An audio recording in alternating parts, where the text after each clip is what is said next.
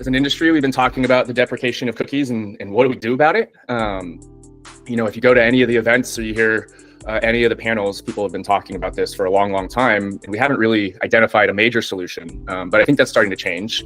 The new buzzword is first-party data, right?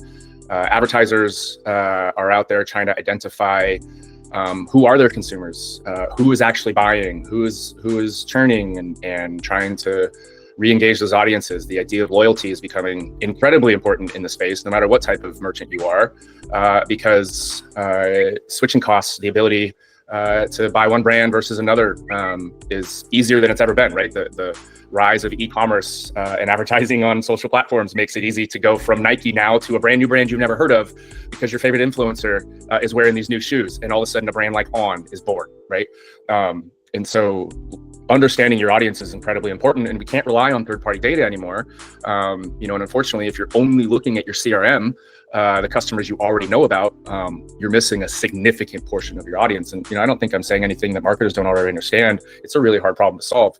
But this is one of the reasons why we believe in what we're doing here at Card so much, is because we have identified a way to understand first-party transaction data that is not directly correlated with the merchant, but actually directly correlated with the consumer spending habits everywhere they spend.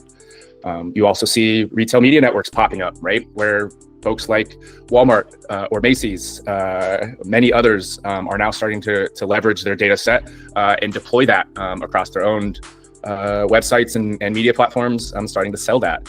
I think the challenge with media networks is you still have to deploy a lot of that on websites. It's still primarily a digital display, digital ads, in a lot of cases videos still, but you're still on websites where people are not really engaging with the content.